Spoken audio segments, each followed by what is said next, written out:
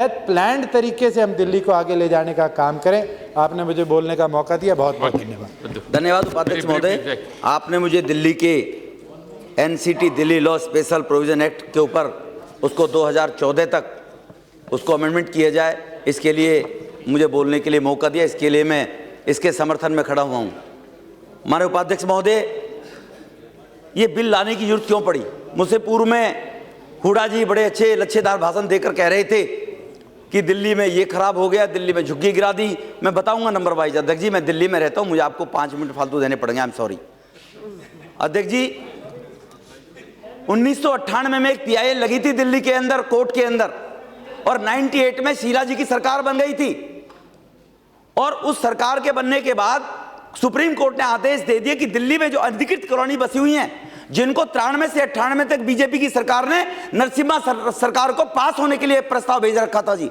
98 में जब कांग्रेस की सरकार थी, 98 तक, 98 में अनफॉर्चुनेटली इनकी सरकार आ गई कांग्रेस की दिल्ली में।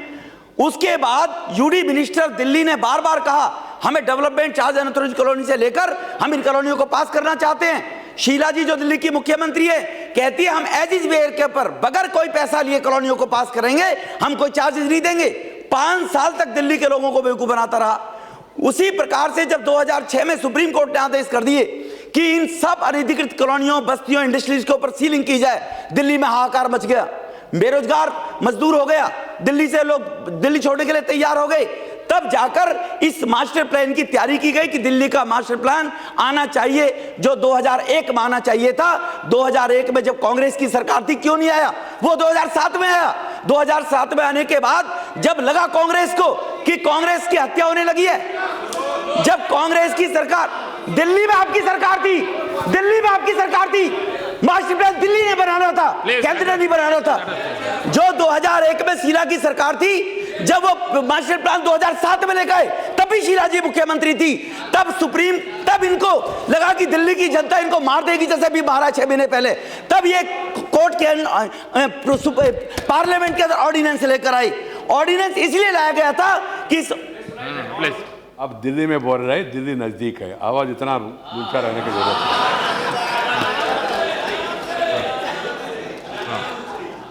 अध्यक्ष जी, 2007 में तब ऑर्डिनेंस लाया गया दिल्ली, क्योंकि 2008 में चुनाव थे दिल्ली के, और 2008 में दिल्ली के चुनाव थे, ऑर्डिनेंस आ गया। अध्यक्ष जी, जहां लोग, अभी स्वागत राय जी बोल रहे थे, मैंने कई बार देखा, बड़े वरिष्ठ हैं, सीनियर हैं, इंटेलिजेंट भी लगते थे मुझे तो, लेकिन आज वो बोल रहे थे कि दिल्ली में इस प्रोविजन के लाने से अनधिकृत कॉलोनियों को बढ़ावा मिलेगा।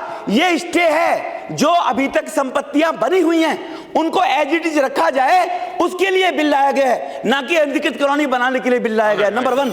नंबर 2, जो अध्यक्ष जी आई एम सॉरी, मैं दिल्ली से रहने वाला हूं, मेरी पीड़ा है, और मैंने मंत्री जी से हमने रिक्वेस्ट की थी, हुडा साहब, जो वो झुग्गियां गिरी थी, नेशनल ट्रिब्यूनल ने जिसके ऑर्डर किए थे, जो आपकी सरकार थी, वो 2000 पहले की कंस्ट्रक्शन पर तक ये बिल लागू होता था, और वो 2012 में डली हुई थी।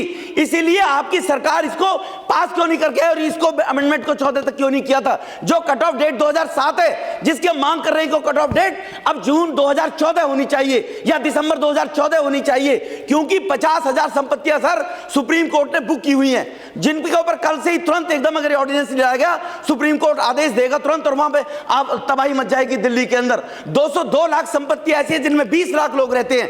अगर उन संपत्तियों पर उनसे डिस्पोजेस करने के लिए ये कमिश्नर साहब और ये सारे अधिकारी बैठे हुए हैं, ये और अदालतें इस बात की एडमेंट है, वो बार बार सरकार से कहती रहती है कि तुम इसका कोई इलाज क्यों नहीं करते। अभी 6 महीने में सरकार बनाने में नहीं हुए, सारा ड्राफ्ट तैयार कर लिया है, और जल्दी ही सरकार दिल्ली की सभी अनधिकृत कॉलोनियों को पास करने जा रही है। जहां तक सैनिक फार्म की बात कर रहे हैं, बड़े बड़े फार्म हाउसों की बात कर रहे हैं, इस बिल के, इस लॉ के अनुसार कहीं भी कोई अनधिकृत कॉलोनी बनाने की इजाजत नहीं दी जाएगी। जो पुरानी बस्तियां हैं उनको बनाने के लिए बिल लाए गए।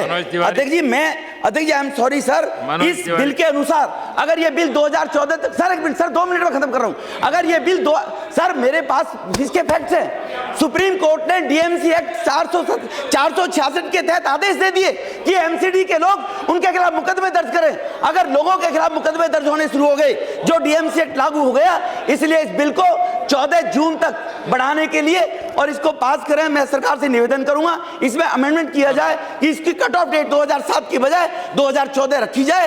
इसमें सर और कई फैक्ट्स हैं जो पैनिक दिल्ली में फैलाएंगे और जिनकी मेहरबानी आपकी रही है सर सारी की सारी इतने लंबे समय तक। इसलिए अध्यक्ष जी इसमें सर लास्ट में मैं कहना चाहता हूं जो इस बिल में सर एक और है, जो कॉलोनी इन्हीं लोगों ने कहा था जहां 50% डेवलपमेंट है उन कॉलोनियों को रेगुलाइज कर दो। 2007 में जब फेक प्रोविजन सर्टिफिकेट दिया था मैंने सोनिया जी ने, होती तो अच्छा रहता, सर्टिफिकेट देख रहे थे सर। एक सेकंड में सर वहां पर 50% मकान जो 2007 से 12 के बीच में बने हैं उन सभी मकानों को 1693 कॉलोनियों में सबको बुक कर दिया गया सर। अगर ये बिल 2014 तक नहीं आया उन मकानों में सब सारे के सारे मकानों को गिराने का सरकार आदेश देगी जो 2007 से 2011 तक बने हैं, जो हुडा जी की मेहरबानी से बने, इनकी सरकार की मेहरबानी से। और सर कॉन्स्टिट्यूएंसी लगती आपकी थी, राहुल गांधी क्यों गए थे? आपको जाना चाहिए था बिल्डर के सामने, तो उसकी लगती कॉन्स्टिट्यूएंसी आपकी थी। इसलिए सर ये जो नौटंकी करते हैं, अभी भाई वो कह रहे थे कि इन्होंने जो नौटंकी की है sir. Manoj Tiwari next. Sir आप मुझे सर थैंक यू सर, बहुत बहुत धन्यवाद sir. Only 2 minutes, please. Very briefly.